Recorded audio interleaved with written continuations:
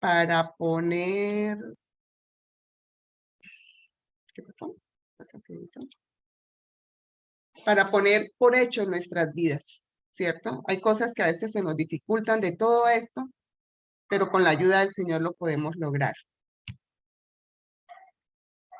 Vamos al capítulo 24. En el capítulo 24, si leímos los capítulos, empieza con una ley de divorcio, ¿cierto?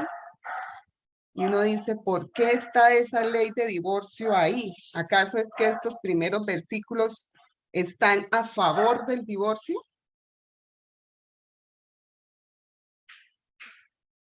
¿Por qué Moisés permitió esta ley de divorcio? En Israel prácticamente eso era una práctica muy común en ellos, porque el hombre podía despreciar o desechar a su mujer o a su esposa porque la encontraba impura o porque de pronto ese ya le estaba de mal genio y dijo, no, no más con usted. Y eso pasa actualmente también a veces, ¿cierto? De la noche a la mañana de pronto la otra persona nos dice, oiga, no, ya no más, esto no va más. Pero aquí en estos primeros versículos hay una ley que dice que el que desecha a su esposa, se divorcia de ella y ella se vuelve a casar y tiene un nuevo esposo, si ella vuelve a quedar sola, sea porque su segundo esposo muere, él no se puede volver a casar con ella. Y esto lo hizo, se permitió para evitar los divorcios precisamente, para que la gente lo pensara dos veces. La palabra es clara, Dios aborrece el divorcio. El mandamiento inicial siempre ha sido estar juntos hasta que la muerte nos separe. Ese es el plan de Dios. Eso no va a cambiar. Pero a veces Dios permite cosas. ¿Por qué? Como el Señor Jesús lo dijo en Mateo 19, 7 al 9. Porque lo permitían por la dureza de los corazones, por la dureza de nuestros corazones. Yo lo puedo decir por experiencia propia. Cuando tuvimos nuestro problema matrimonial, fue por la dureza de nuestros corazones que eso se dio así. Pero el Señor mostró gracia y el Señor siempre muestra gracia y Él quiere restaurar nuestras relaciones. Entonces, a veces en su voluntad permisiva, Él permite que nosotros, porque tenemos libre albedrío, a veces tomemos decisiones equivocadas y Él sabe las consecuencias que vamos a sufrir, pero lo permite, ¿cierto? Y en eso el Señor tiene su voluntad permisiva, pero no quiere decir que esté bien lo que estamos haciendo.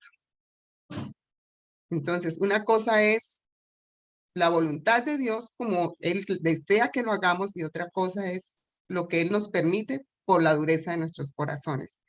Y aún ahí, la gracia del Señor se manifiesta. En el versículo 5 del mismo capítulo habla de los recién casados, que dicen que deben permanecer juntos el primer año, no ir a la guerra, no darles mucho que hacer, ¿cierto? Porque es la oportunidad de en ese primer año madurar y fortalecer su relación.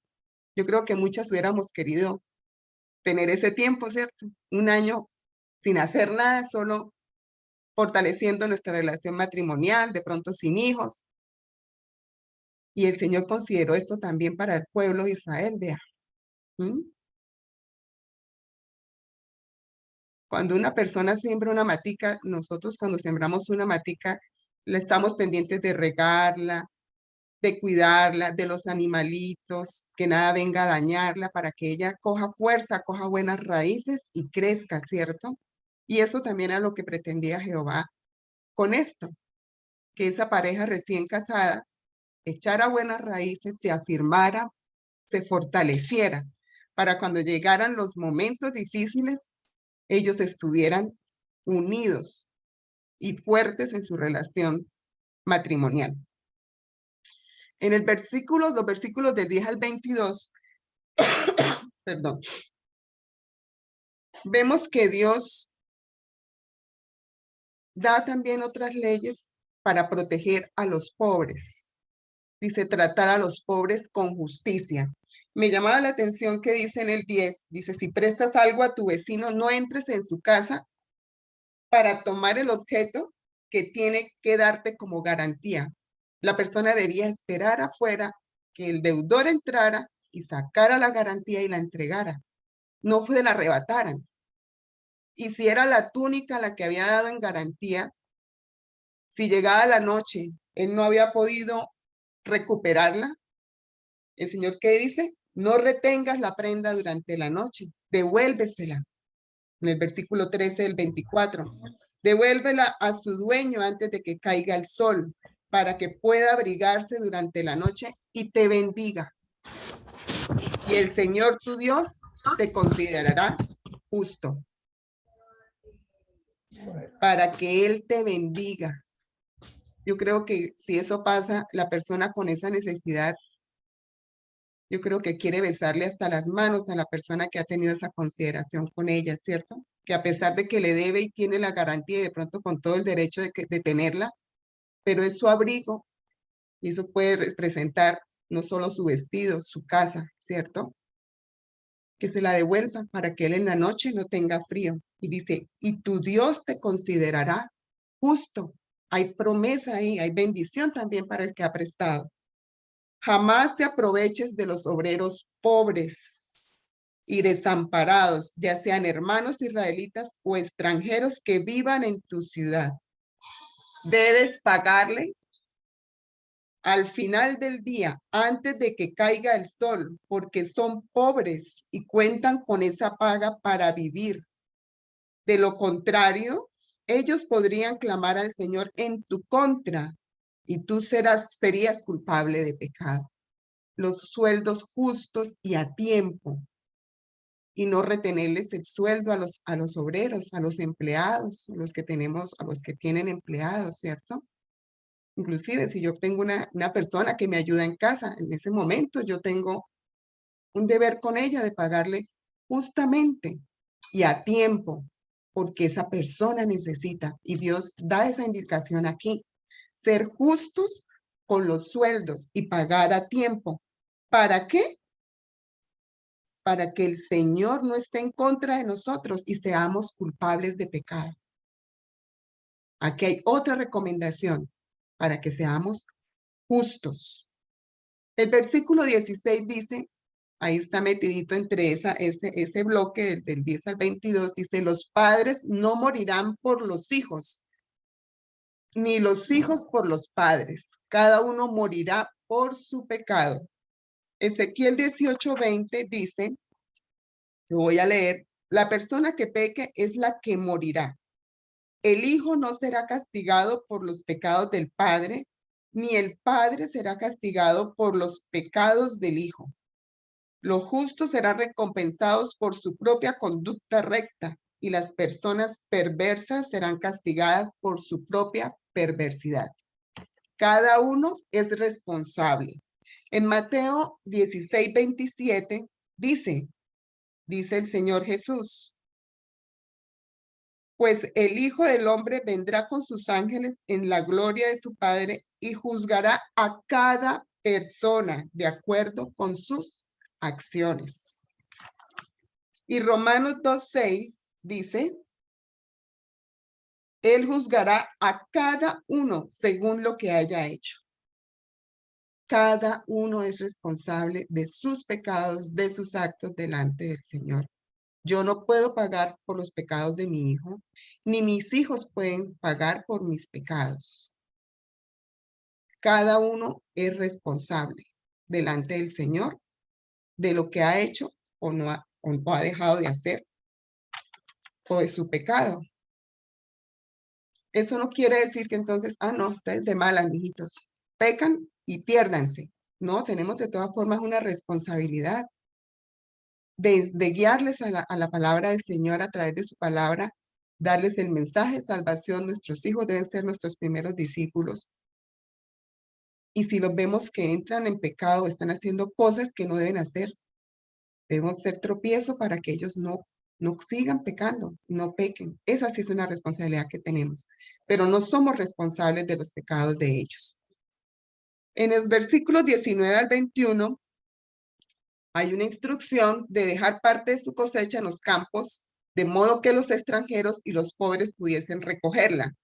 Y hemos visto esa aplicación de esa ley cuando Ruth, ¿cierto? Ruth se benefició de esto cuando fue y espigó en los campos de Booz. Dios se preocupó de que tanto el extranjero como los pobres siempre tuvieran provisión. Vemos a un Dios que se preocupa del más mínimo detalle de nuestras vidas. Esta mujer, Ruth, llegó a ser de la línea genealógica del Señor Jesucristo, ¿cierto? Y se benefició de esta bondad que el Señor le puso para que su pueblo lo hiciera con los pobres y los extranjeros. En el capítulo 25, si lo leyeron, dice que si dos personas llevan un altercado, entonces la persona debe ser condenada, azotada, darle 40 azotes. Entonces nosotros pensamos, uy, ¿esto qué? Pero esto para qué nos sirve a nosotros, ¿cierto? Pero resulta que eso tiene unos principios importantes acerca de la disciplina. Todos nosotras o todas nosotras tenemos de pronto la responsabilidad de disciplinar o a un hijo, las maestras de pronto a un estudiante, los que tienen empleados a un empleado, ¿cierto? Entonces, cuando tenemos responsabilidad de aplicar disciplina, hay tres principios aquí que vemos. Dice, el castigo debe llegar rápidamente después de la ofensa. O sea, se cometió la falta y hay que castigar de una vez o lo más cercano posible y no como a los 2, 3 meses, ay, me acordé y ahí voy con el castigo. No, hay que castigar. El castigo debe llegar rápidamente. El grado del castigo debe reflejar la seriedad de la ofensa. O sea, yo no puedo castigar a mi hijo de la misma manera porque me mintió o porque me robó. El castigo debe ser de acuerdo a la seriedad de la falta. No se exceda en el castigo. Aquí decía que hasta 40. Más allá era ya de ultrajar demasiado a la persona, ¿cierto? Como humillarla demasiado, de pronto podía hasta morir. Pero aquí dice, no se exceda en el castigo, o sea, debe ser con mesura. Cuando es al niño, no llegando a lastimarlo, ¿cierto? O degradarlo delante de la gente. Eso pasa a veces con los empleados o con un alumno. Hay que ser muy sabios en cómo, en qué tiempo y cuánto del castigo. En el versículo 4 dice, no poner bozal al buey que trilla. Aquí vemos un buey, el buey lo ponen, le ponen algo ahí en su nuca para trillar, para pisar el trigo. Entonces, cuando ellos pasan sobre el trigo, ellos van dando vueltas, van dando vueltas. Entonces, separan la semilla de la cascarita. Y le ponían bozal, pues, para que el buey no se comiera las semillas, ¿cierto? Pero aquí, ¿qué dice el Señor? No poner bozal al buey que trilla. Entonces decimos, bueno, ¿y eso qué tiene que ver con nosotros? ¿Cierto? ¿Qué tiene que ver un buey y que no se le ponga bozal? Pero sí tiene mucho que ver para con nosotros. En 1 Corintios 9, 9 al 10 dice, porque la ley de Moisés dice, no le ponga bozal al buey para impedirle que coma mientras trilla el grano. ¿Acaso pensaba Dios únicamente en bueyes cuando dijo eso? ¿No nos habla a nosotros en realidad? Claro que sí, como queriéndonos decir, ajá, no se me hagan los loquitos, esto era para ustedes, esto es para ustedes. Se escribió para nosotros, a fin de que tanto el que ara como el que trilla el grano puedan esperar una porción de la cosecha. Y se nos aclara más esto en 1 Timoteo 5, 17 al 18, cuando dice, los ancianos que cumplen bien su función deberían ser respetados y bien remunerados, en particular los que trabajan con esmero tanto en la predicación como en la enseñanza. Pues la escritura dice, no le pongas bozal al buey para impedirle que coma mientras trilla el grano. Y dice también, los que trabajan merecen recibir su salario. A veces pensamos que los hermanos que se encargan tiempo completo o parte de su tiempo a trabajar en la obra, ellos no necesitan. pero ellos sí deben recibir una remuneración porque ellos también comen, ellos también se visten, pagan arriendo, ¿cierto? Tienen necesidades físicas. Entonces, debemos concientizarnos de lo que damos al Señor es también para esos hermanos, para esos obreros, misioneros, hermanos que trabajan en la obra. Entonces, esto sí es para nosotros. En el versículo 5 al 10, en 25, capítulo 25, habla de la mujer que su esposo pierde a su esposo y ella, pues, la ley mandaba que su hermano debía casarse con ella para no se perdiera su descendencia, ¿cierto?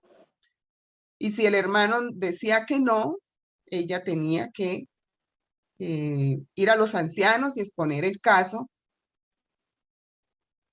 para que ella no quedara desprotegida, que fue el caso también de Ruth, ¿cierto? Entonces vemos que Dios siempre protegía al sexo femenino. Dios protegía sus derechos. Tamar también reclamó este derecho, ¿cierto? Entonces, Dios siempre se preocupa de nosotras también, de nuestros derechos. En el versículo 17 al 19 nos recuerdan de Amalek. 25:17. Nunca te olvides de que los amalecitas, de lo que los amalecitas te hicieron cuando salías de Egipto. Te atacaron cuando estabas cansado y agotado e hirieron de muerte a los más débiles que se habían quedado atrás. No tuvieron temor de Dios. Por lo tanto, cuando el Señor tu Dios te haya dado descanso de todos tus enemigos en la tierra que te da como preciada posesión, destruirás a los amalecitas y borrarás su memoria de la faz de la tierra. No lo olvides nunca. ¿Se acuerdan de eso? Como dice aquí los versículos, yo estoy leyendo en la Nueva Traducción Viviente. Ellos estaban cansados, el pueblo estaba cansado después de que salió de Egipto. Ya Dios los había bendecido con el maná, acababan de tomar agua de la roca, pero estaban cansados.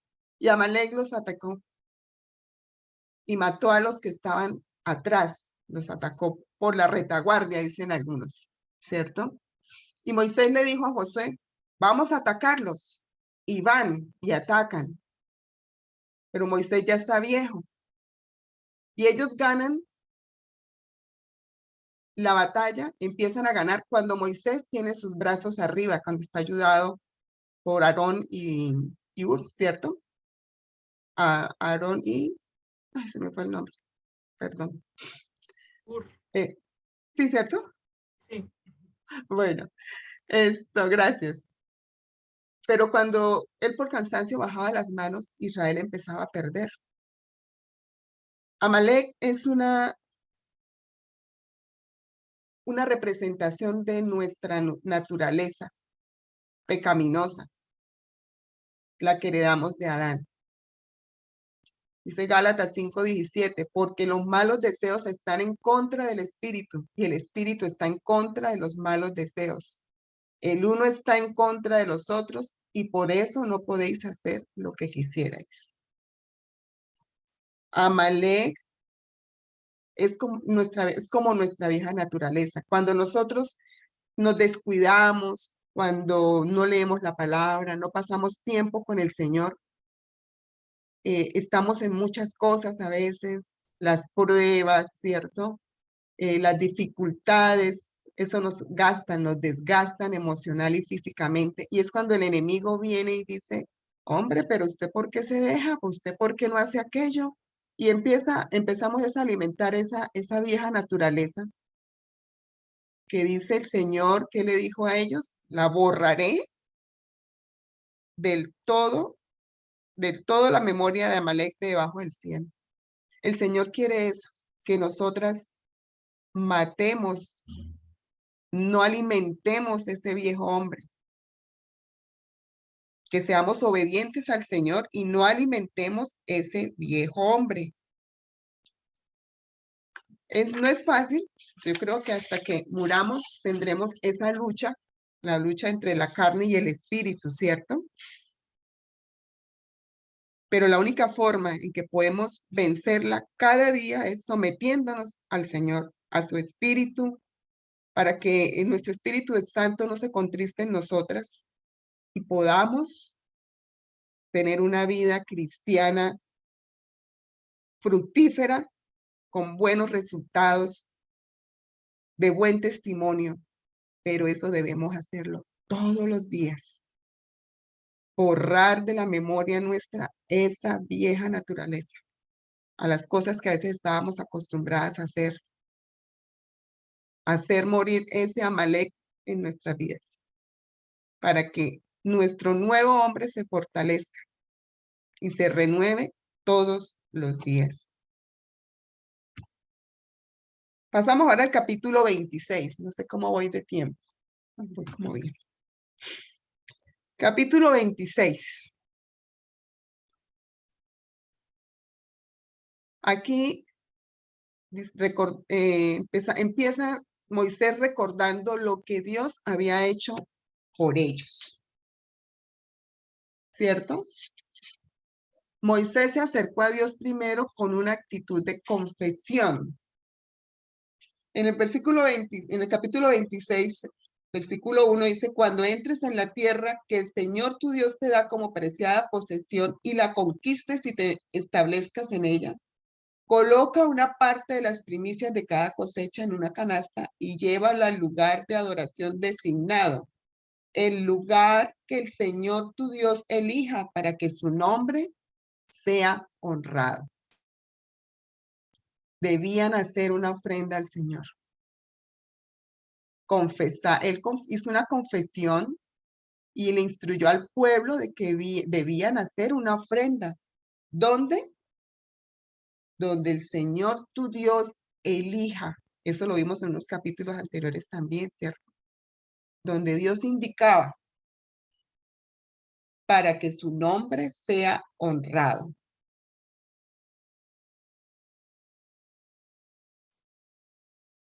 ¿Cómo es nuestra historia de la relación que tenemos con Dios? ¿Qué podemos contar nosotros de esa relación con Dios? Podemos expresar con palabras claras y concisas lo que Dios ha hecho por ti, por mí. Moisés lo hizo, ¿cierto? Moisés dice: en la presencia del Señor tu Dios, en el versículo 5, tendrás que decir, y aquí empieza él a hablar, Moisés: mi antepasado Jacob era un arameo errante que fue a vivir como extranjero a Egipto. Y empieza a hablar de su identidad. Dice: un arameo fue mi padre. ¿Cuál era la nacionalidad de Abraham? ¿Abraham era israelita? No, ¿cierto? Isaac tampoco. ¿Y Jacob? Pues tampoco, ¿cierto? Pero por Jacob empezó el nombre de Israel. A él fue el que se le cambió su nombre por Israel. Y de ahí fue, ¿cierto? Que empezó a formarse ese nombre de los israelitas. Entonces, los que han descendido de Egipto realmente eran sirios. Pero aquí hubo un cambio, ¿cierto? Y todo esto lo habla Moisés con Dios. Ellos fueron, después que salieron de Egipto y cruzaron el río, ¿cierto? Los llamaron hebreos, porque hebreo significa que vienen del otro lado. Entonces, Moisés, ¿qué dice? Mi padre Abraham fue arameo, pero fue en el que se cumplieron las promesas de Jehová, ¿cierto? Fue el padre de muchas naciones. Y después que Moisés relata toda esta historia, dice que el Señor les trajo a la tierra prometida donde debían hacer esta ofrenda. Dice, Jehová nos sacó de Egipto con mano fuerte, dice el versículo 8, con brazo extendido. Él recuenta, vea, con grande espanto y con señales y con milagros. Y nos trajo a este lugar y nos dio esta tierra, tierra que fluye leche y miel. Y ahora he aquí he traído las primicias del fruto de la tierra que me diste, oh Jehová. Fue lo primero que hicieran, ¿cierto? Y lo dejarás delante de Jehová tu Dios y adorarás delante de Jehová tu Dios. Y te alegrarás en todo el bien que Jehová tu Dios te haya dado a ti y a tu casa. Así tú como el levita y el extranjero que está en medio de ti. Hermanas, aquí vemos que debemos llegar al Señor con alegría y con gratitud. Y a veces queremos solo acercarnos al Señor para pedir, para reclamar, pero el Señor también quiere esto de nosotros, que le traigamos lo primero de nuestros frutos, nuestras ofrendas, ¿cierto? Lo adoremos y nos alegremos por el bien que Él ha hecho con nosotras, con nuestra familia, con nuestra casa, nuestro trabajo. Entonces, debemos también ser muy agradecidas, tener tiempo de gratitud con el Señor.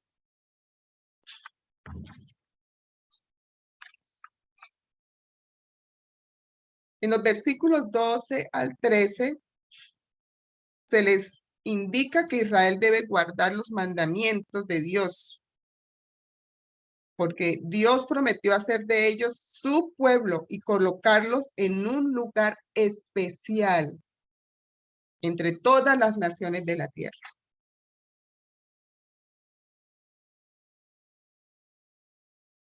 En el versículo 18, Moisés dice que ahora que son un pueblo de Dios, era necesario que empezaran a obedecer los mandamientos de Dios.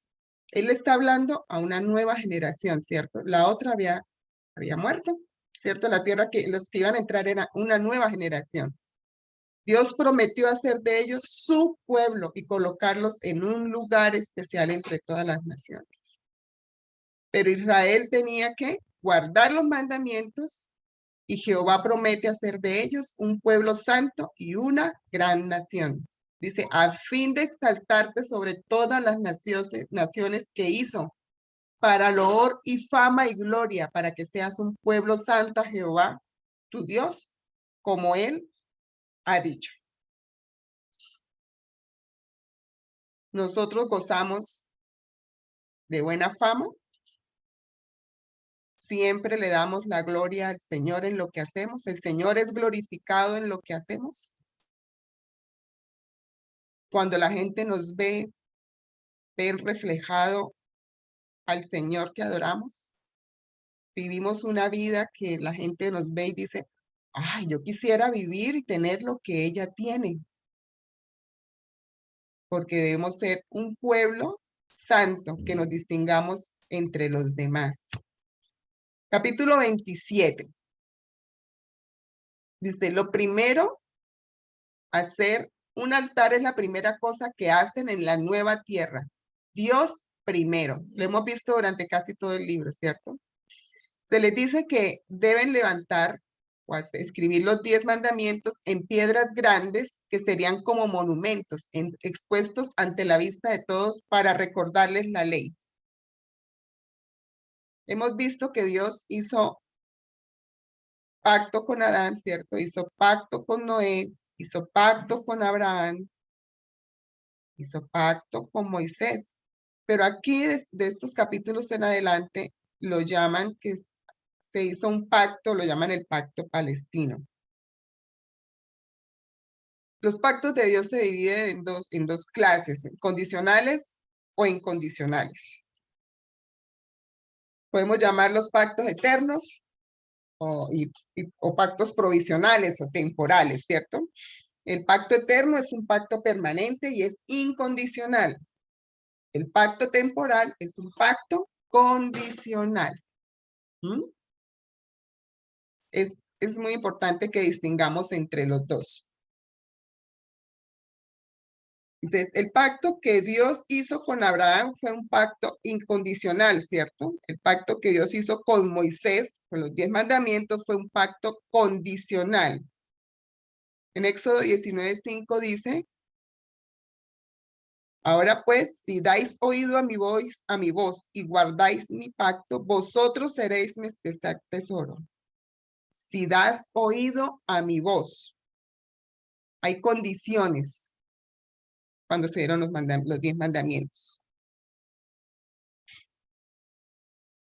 En versículos 5 a 6, el Señor había especificado que se edificara un altar de piedras sin cortar, piedras del campo, de modo que el pueblo no empezara a adorar los altares como si fueran ídolos. Este capítulo 27 es supremamente interesante. El versículo 1 dice, entonces Moisés y los líderes de Israel le dieron al pueblo la siguiente orden. Obedece todos los mandatos que te entrego hoy. Obedece todos los mandatos que te entrego hoy. Le dice que busque las piedras, las recubra con cal y se escribe en ellas todo este conjunto de instrucciones una vez que hayas cruzado el río para entrar en la tierra que el Señor tu Dios te da. Una tierra donde fluye la leche y la miel, tal como te prometió el Señor. Las iban a erigir en el monte Ebal. En el monte Ebal. Versículos 9 al 13 dice, guarda silencio y escucha. A veces nosotras no guardamos silencio para escuchar la voz del Señor. Y esto es lo primero que dice aquí en estos versículos. Guarda silencio y escucha. Oh Israel, hoy has venido a ser pueblo de Jehová tu Dios. Oirás pues la voz de Jehová tu Dios y cumplirás sus mandamientos y sus estatutos que yo te ordeno hoy. Lo que les decía anteriormente, examinémonos, hermanas, si la gente puede distinguir en nosotros que somos miembros de la familia de Dios. Aprendamos a guardar silencio, a escuchar la voz del Señor, porque somos pueblo del Señor, pueblo de Jehová tu Dios. Y cumplir sus ordenanzas, obediencia, eso pide el Señor. En Deuteronomio 11, 29 a 32, encontramos estas mismas instrucciones. Entonces, ellos debían recoger las piedras, no darles forma con nada, recogerlas como están en el campo y armar ese altar. Y en esas piedras escribir los mandamientos, la ley. Porque en un monte donde se podía ver, ¿cierto? Donde se podía ver.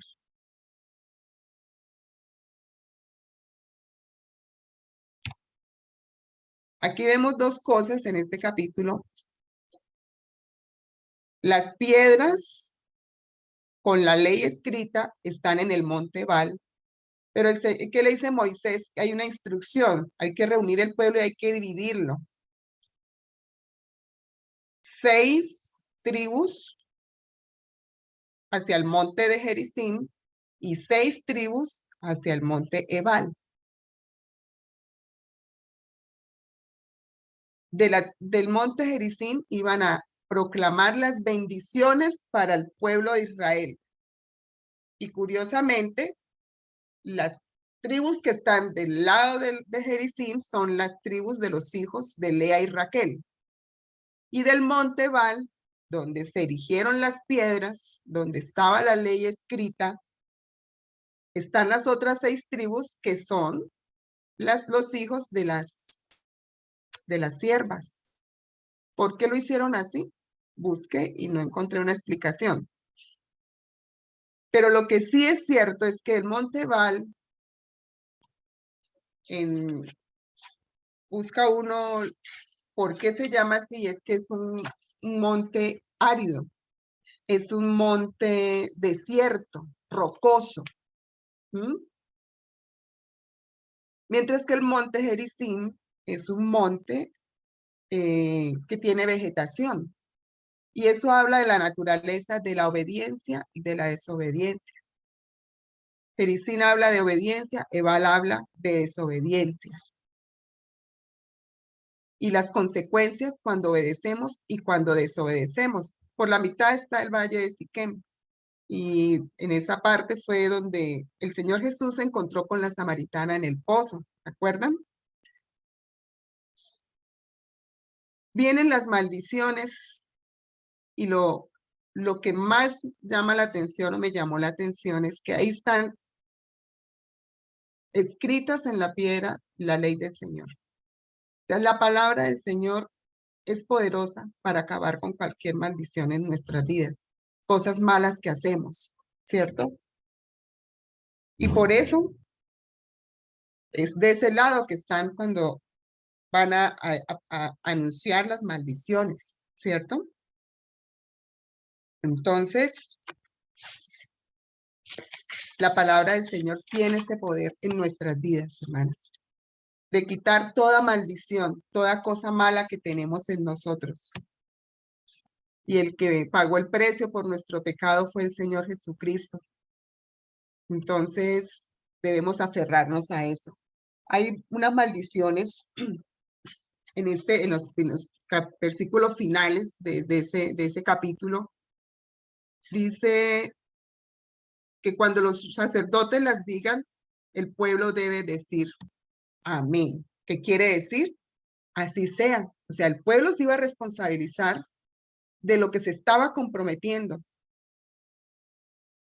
Entonces podemos decir, si leímos esa lista de maldiciones, y les voy a leer algunas, dice, maldito todo el que talle o funda un ídolo y lo erija en secreto. Esos ídolos, productos de artesanos, son detestables al Señor. Y todo el pueblo responderá, amén. Maldito todo el que deshonre a su padre o a su madre. Y todo el pueblo responderá, amén. Maldito todo el que robe terreno a su vecino, cambiando de lugar los límites de su propiedad. Y todo el pueblo responderá, amén. O sea, así sea. Maldito todo el que desvía a un ciego de su camino. Y todo el pueblo responderá, amén. Maldito todo el que se niegue a hacer justicia al extranjero, al huérfano o a la viuda. Y todo el pueblo responderá, amén. Maldito todo el que no acepte ni obedezca las condiciones de estas instrucciones. Y todo el pueblo responderá, amén. Entonces podemos llegar a pensar, uy, pero este Dios no tiene nada de amor ahí, ¿cierto? ¿Cuánta cosa hasta por yo desviar un ciego puedo tener una maldición?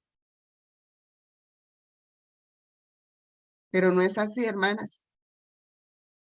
Estas restricciones no lo veamos como amenazas, sino como advertencias amorosas acerca de nuestra vida misma. Así como advertimos a los niños para que no se acerquen a las estufas calientes o para que no atraviesen calles con mucho tránsito, ¿cierto? Dios quiere que nos alejemos de los actos peligrosos. La ley de la naturaleza nos dice que cuando hacemos algo malo en contra del hombre de Dios, hay consecuencias trágicas. Pero Dios es lo suficientemente misericordioso con nosotras para decirnos, darnos la advertencia, pero también para darnos la salida, ¿cierto? Darnos la solución, la gracia. Estas advertencias fueron motivadas más por el amor y no por la ira, ¿cierto? Estas advertencias nos ayudan a sufrir consecuencias graves, lamentables para nuestra vida por rechazar o hacer las cosas en desobediencia al Señor. En el siguiente capítulo que tiene otra hermana, vienen las bendiciones. me tocó a mí terminar en maldiciones, pero bueno, en la próxima reunión vienen las bendiciones, ¿cierto? Porque Dios también tiene bendiciones para nosotras, no maldiciones. Estos eran advertencias para que nosotras aprendamos a comportarnos como dignas hijas de Él. A veces pensamos que las cosas pequeñas no importan, no tienen mucha incidencia, pero sí la tienen, hermanas. A veces lo que pensamos que es una cosa ahí, eso no le pongamos cuidado, hablar mal de la otra, calumniarla, murmurar. Eso no es grave, pero hay cosas, hay consecuencias ahí nefastas para nuestra vida, de dolor, el dolor que le ocasionamos a la otra persona. El Señor fue muy cuidadoso en proteger a los pobres, en proteger a las mujeres, en protegernos de miles de las maneras, pero nosotras siempre queremos hacer a veces nuestra voluntad. Somos duras de corazón, pero el Señor tiene todo el poder para volver ese corazón de piedra que tenemos en un corazón de carne. Entonces, pongámonos en las manos del Señor, hermanas. Yo cuando leía esto que dice que Moisés contaba como el testimonio de lo que habían vivido en el desierto, las que hemos pasado desiertos en algunas áreas de nuestra vida podemos dar testimonio. Y qué bueno cuando yo me encuentro con otra hermana y puedo contarle mi testimonio y ella contarme su testimonio y las dos alegrarnos de ver de dónde el Señor nos ha sacado, hasta dónde el Señor nos ha llevado, así como al pueblo de Israel, ¿cierto? Y poder contar las maravillas que el Señor ha hecho en nuestras vidas. Permitamos que el Señor siga guardándonos, permitamos que el Señor nos transforme, permitamos que el Señor hable a nuestras vidas, hermanas, y que de verdad reflejemos al Señor Jesucristo en toda nuestra manera de vivir. Es un camino largo, un trabajo de todos los días, pero la recompensa es maravillosa. Esta carne, este viejo hombre, algún día va a morir y vamos a estar con cuerpos renovados delante de la presencia del Señor. Y debemos apuntarle a eso, hasta esa meta, juntas, como estamos, ¿cierto? Entonces, que el Señor nos ayude, ¿verdad?, a ser hijas fieles y obedientes para Él. Que el Señor me las bendiga. Amén. Amén. Amén. Amén y amén, Amén. amiga. Amén, Claudita, muchas gracias. Amén, amén. Muy Gracias, hermana súper Claudia. bien de tiempo. Aprendiendo. Así estamos en ese proceso. Gracias al Señor por su palabra. Querías, una esposa siempre quiere ponerle como mucha carga al esposo y ella no simula eso, sino que lo hace público. Y otra persona, un hermano, le dijo: oye, hermana,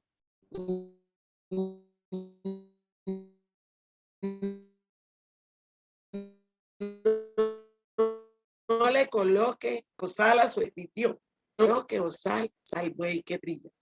Entonces, yo desde esa vez pensé, de verdad que a veces le colocamos bozal a nuestros esposos, de pronto a los amigos, a las compañeras, a los hijos o a nosotros. Entonces, hermanitas, que demos libertad.